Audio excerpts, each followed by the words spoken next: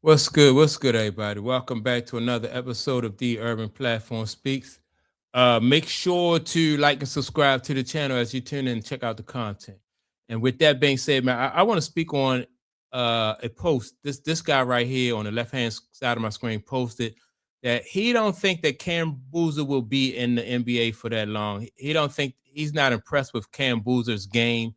He thinks that Cam Boozer is very limited offensively, and then that will hinder him, uh, in the NBA. Now, you very rarely see a college player that comes to the NBA that's already polished as a player. Even Michael Jordan, when Michael Jordan came out of North Carolina, people said Michael Jordan couldn't shoot. He didn't have a jumper, right? And so over the years, Michael Jordan developed jumpers. And you see that with a lot of basketball, a lot of basketball players, they will develop their game and work on things, because they'll get to the next level and they say, well, all right, well, I, the things I did at the college level that made me successful, I'm not going to be able to do that as much at the next level. So they will develop their skills. So I kind of really want to push back on this guy because it's hard to say. Then you have to take into account, like, Cameron Boozer is a kid that's Carlos Boozer's son. So Carlos Boozer is really, he played in the NBA for years, over a decade. So he's going to be able to help him develop the skills that will, in my opinion, that will give him a better a better chance to develop and survive in the NBA. But right now, like, nobody at the college level that he has faced, most people that he faced at the college level didn't really push him to develop like different skills. He was able to, like a lot of people are saying, to play bully ball and play physical and get the shot basically that he wants. So I'm thinking at the next level, I'm thinking that he'll develop skills that will make him a more efficient and a bigger threat, not just under the basket, as a basketball player. Now, one good thing about it, I think, is he shows that he's willing to at least to play physical. So you get some big guys who don't want to play physical, who don't want to mix it up in the paint. So he got that. He has that right there to build a foundation on. I think, the fact that he's willing to play physical will, that'll work in his behalf. But what I'm gonna do is I'm gonna play this guy's video, and I'm gonna react to what he says about Cameron Boozer. You can't draft Cameron Boozer number one overall because he doesn't have a mid range jump shot. Cameron Boozer's entire game is physical bully ball. He wants to get you as close to the rim as he possibly can, shoot it from his shoulder pocket, and make a layup. You don't want a layup guy being your number one overall draft pick. That's how an NBA GM gets fired. Cameron Boozer has 23 mid range shot attempts on the entire season, meaning every shot that he took was either right next to the basket or a 3-point shot. So there's 45% of the basketball floor that Cameron Boozer cannot and will not take a shot attempt from. A good NBA defender is going to look at his shot chart and they're going to say, oh, wait, this guy can't shoot mid range jumpers. I'm going to force him to do that all night. And we're going to watch Cameron Boozer pass, pass, pass, pass until they start calling him Rajon Rondo. Yeah, in my opinion, I think that because if everybody, because now this guy's not the first guy who said this about Cameron Boozer, right? And I think that Cameron Boozer, his father Carlos Boozer, and everybody in his camp also know. It's not like, like this only the scouts know this about Boozer, only his opponents know. I think they're going to work on his game, and I think his father will help him develop his skills, whereas though he can, you know, he's going to be able to hit the mid range, and he's going to make people respect him, respect his jump shot. I just see him having a little bit more success than what this guy is saying he's going to have. Now, what the question is like, would you take him number one and build a team around him?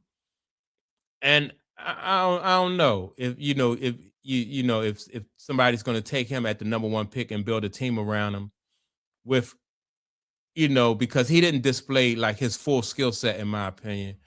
Uh, yeah, I got to push back on this guy right here, just for the fact that like he's like second generation. I could see if he was first generation, and even if you're first generation, like people will tell you where you need to improve, like the coaches and the scouts and everything say, look, at the next level, you're gonna have to develop this shot. You know, you're gonna have to work on your mid range.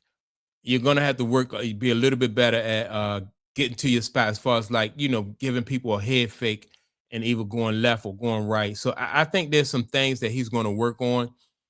And if you're scouting him and you think as an opponent that you're going to be able to just limit him, I think people are going to be surprised. You know, um, I just think that he's going to be surprised. He is not going to, in my opinion, because of his size and his athleticism, he's not going to be like a primary somebody who's a primary low post player. He's not that big and exceptional. I think he's going to have some he's going to have to add some versatility to his game in order to have a successful NBA career, in my opinion. So, but because he's second generation, basketball, I think he's going to get all the training.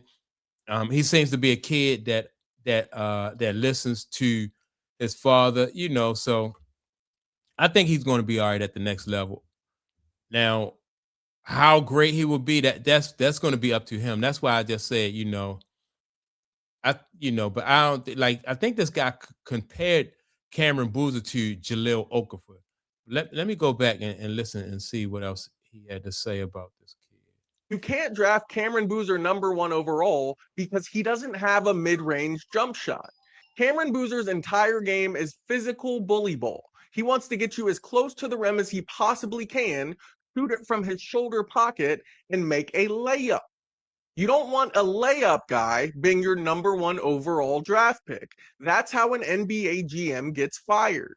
Cameron Boozer has 23 mid range shot attempts on the entire season, meaning every shot that he took was either right next to the basket or a 3-point shot. So there's 45% of the basketball floor that Cameron Boozer cannot and will not take a shot attempt from. A good NBA defender is going to look at his shot chart and they're going to say, oh, wait, this guy can't shoot mid range jumpers. I'm going to force him to do that all night. And we're going to watch Cameron Boozer pass, pass, pass, pass until they start calling him Rajon Rondo. Yeah, I think that like I said, man, I just think that this guy is going to develop a mid range. And because it's now I can see if all he had was a mid range and you had to teach him how to play with his back to the basket, that would be different, right? Because now you're taking a guy who's used to playing passive and you want to turn him into somebody who's more aggressive, right? But now it's the other way around. He's used to bumping in that paint and used to being more aggressive, and he's not afraid of that. So when he come out and pop that little 10-foot, 15-foot jumper, I think he'll develop that. So, I'm not even like I said, and then with his father being a former NBA basketball player, I don't think that's going to be an issue. So I have to push back and disagree with this guy on Cameron Boozer. He might not, from day one be able to. I think over the course of this offseason, I think he's just gonna work on his game. And who knows? He may even already have that in his repertoire. Sometimes it's just about developing like confidence in your moves. You got to be able to have confidence in that move in your move that you're doing. So I think he's gonna work on it. And I think that he'll be all right, coming into his rookie season. So that's my take on it. Make sure to like and subscribe to the channel. Also, don't forget to leave a comment. And with that being said, man, I'm going to check y'all out in the next video. Peace.